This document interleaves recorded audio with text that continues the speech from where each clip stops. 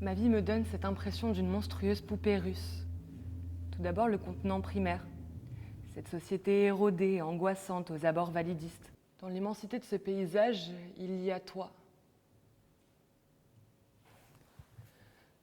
Toi qui m'as dit, votre attelle gâche votre beauté.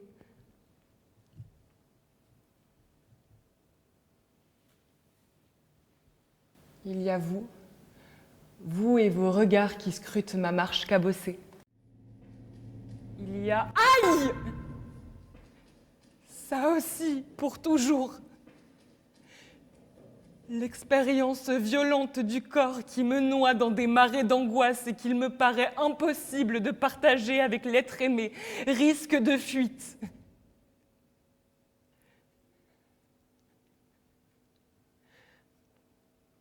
Il y a peut-être pour toujours la peur d'intégrer l'autre dans mon univers, car le handicap ne me semble n'attirer que dans son militantisme. Il y a toute une vie portée par la mélancolie et la détestation de soi. Il y a eu toute cette solitude en moi à voir les autres jouer. Et elle est toujours là, cette vieille bruine, lorsque je vous vois danser.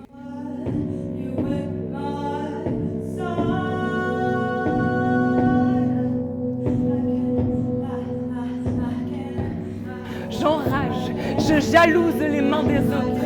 Elles ne me procurent plus d'extase, car la beauté ne sait me recoudre.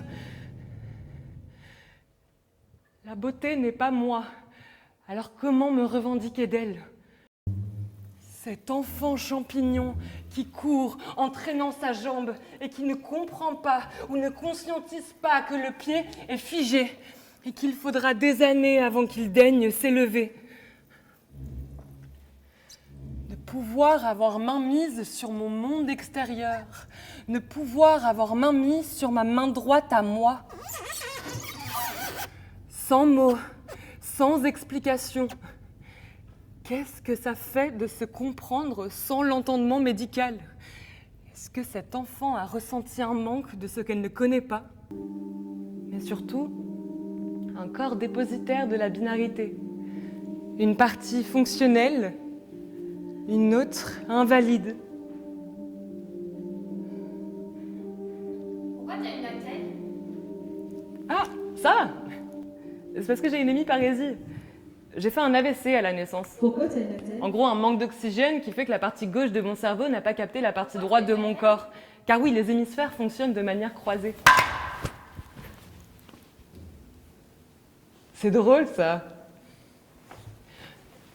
Une maladie de naissance, on appelle ça une maladie congénitale. Congé. Départ. Ciao les gars, je me casse! C'est un peu comme une petite baffe, une porte qui claque. Genre, mon corps est parti à la naissance. Il a tiré sa révérence, il s'est barré, ce lâche.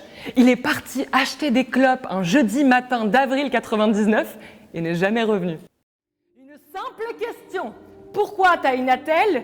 Quelques éléments de réponse et me voilà percé à jour, labellisé, restitué dans une chronologie de l'intime. Il est éreintant d'exister perpétuellement dans le récit de soi-même, alors que dans l'interstice de la rencontre immédiate, l'interlocuteur, lui, demeure irrémédiablement anonyme. Alors autant faire en sorte que ça devienne excitant.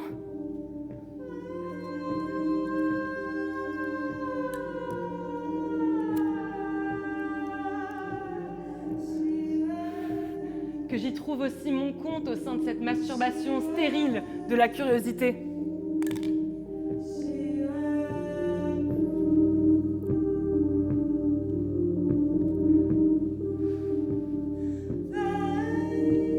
J'ai joui à plusieurs reprises d'apparaître dans des explications qui percutent. Je me suis dissous dans la sueur langagière. J'ai étouffé mes membres, ligoté mon champ d'action. J'ai fait des mots mon harem.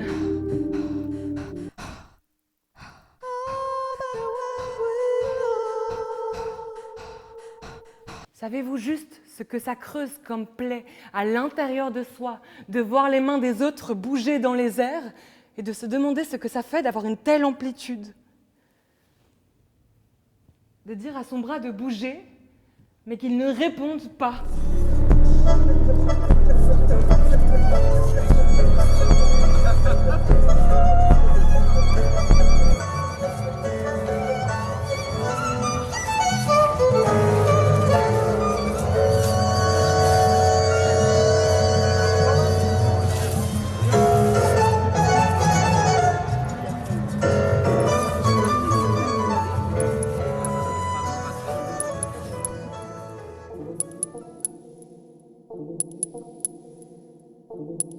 Il y a une partie vide dans mon cerveau et ça explique tout.